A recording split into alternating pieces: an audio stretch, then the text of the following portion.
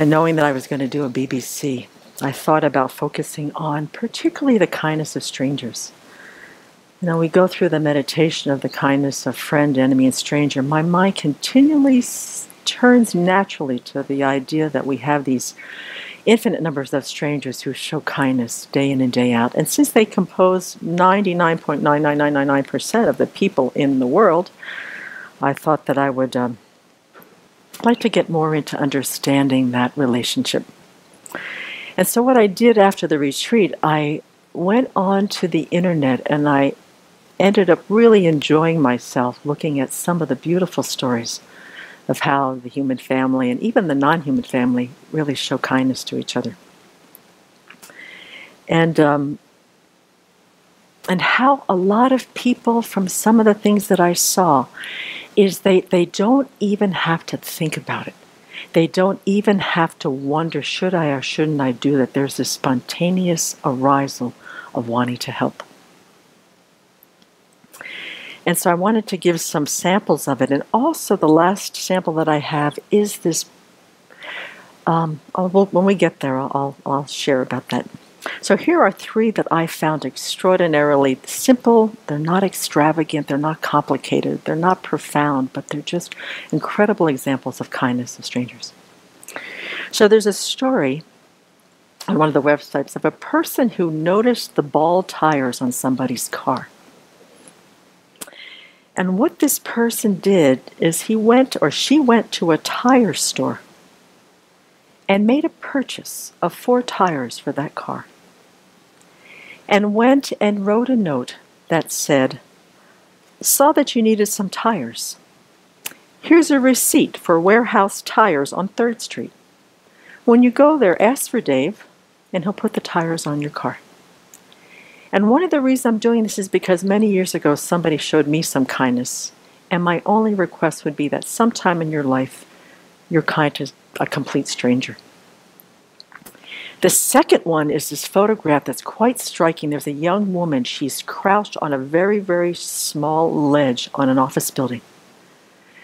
And it looks like it's in Asia somewhere, and there's a balcony behind her, and there's a police officer. He's got himself handcuffed to her.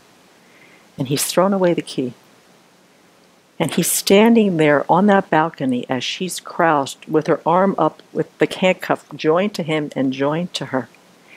And that it doesn't say much about it except that he had saved her by refusing to let her go. And then the third one, which just had kind of a sweetness about it, is there's a picture of somewhere in the world, a very, very rainy street. And there's an old woman with a walker, and she's crossing the street in the rain, and there's this big, burly motorcyclist with totally decked out from head to toe, helmet, chaps, leather. And he's walking this little old lady across the street. And on the side of the street, on the sidewalk, is this big, huge motorcycle with the big windshield and the dual exhausts and the bags and things like this. And here's this big guy who stopped his motorcycle to help this old woman across the street. So I really truly believe when I think about things, and there were just pages and pages of things like this, and this is the beauty of social media.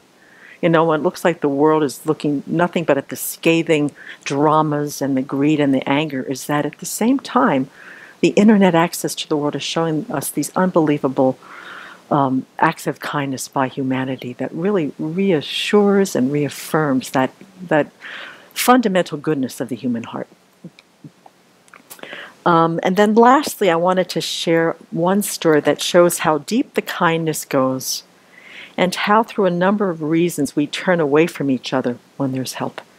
And in the retreat this past weekend, toward the end of it, Venerable Seppel had said, well, what gets in the way of us really being kind to one another? And there was a whole spectrum of people's reasons on why they can't extend themselves in kindness. Either past hurts, they're tired, overwhelmed by one's own life responsibilities. We had a nurse in our group that's an ER nurse, and she said, being with people all week long, if I can just go home and be kind to myself and fold the laundry, that's the best I can do.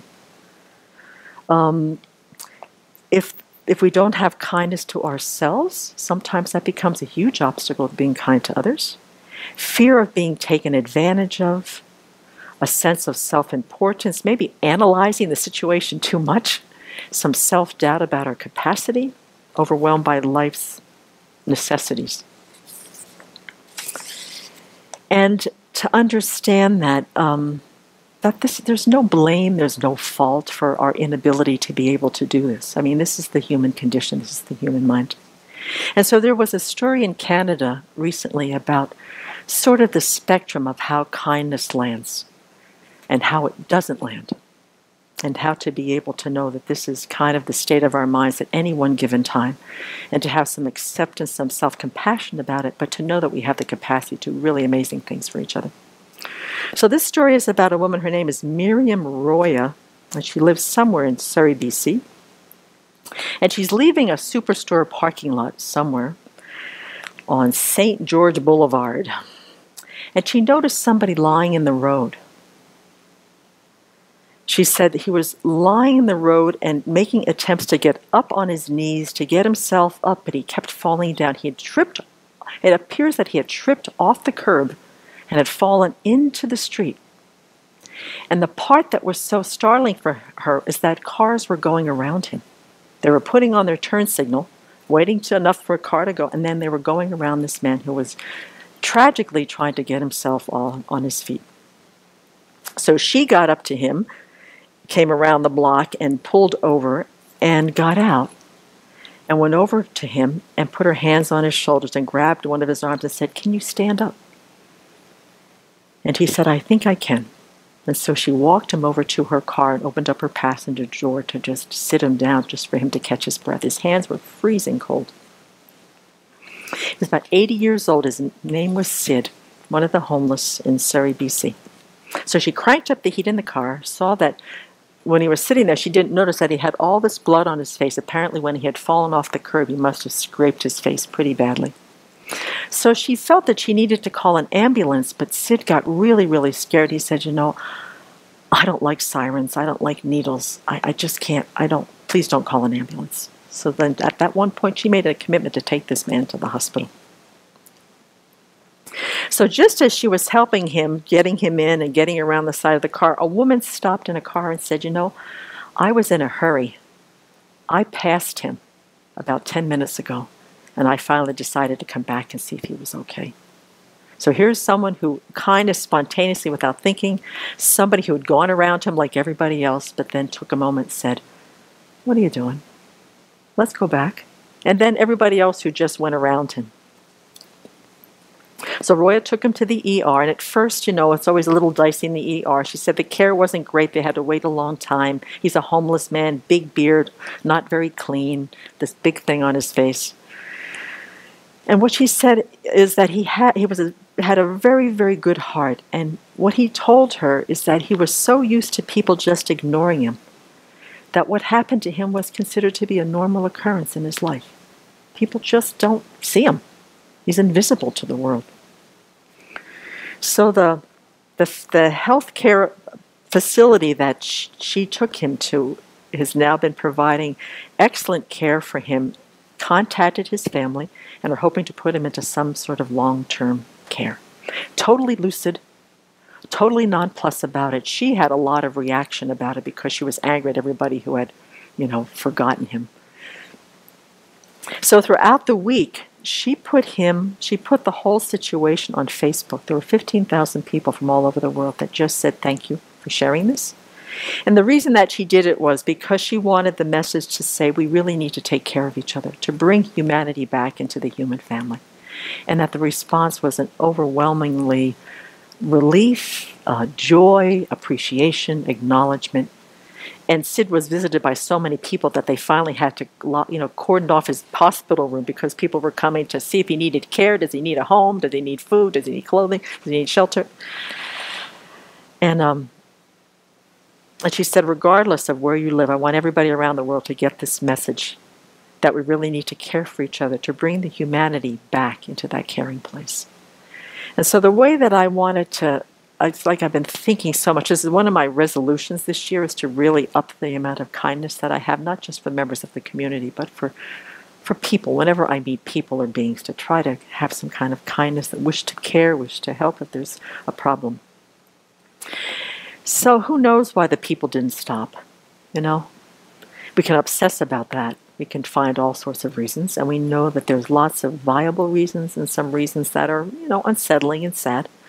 Or we can rejoice in Miriam's spontaneous act of kindness, and that's where I really want to put my mind, is in her incredible courage and her determination. And that by that one single act of kindness has touched and transformed the minds of thousands of people who may, in return, think about kindness perhaps one time in their life. So once again, using the analogy of a pebble in the pond being the quality of kindness. And by simply putting a small pebble by our very simple action of kindness, that this rippling effect goes out into the world over and over again. And then this happens over and over again, day in and day out.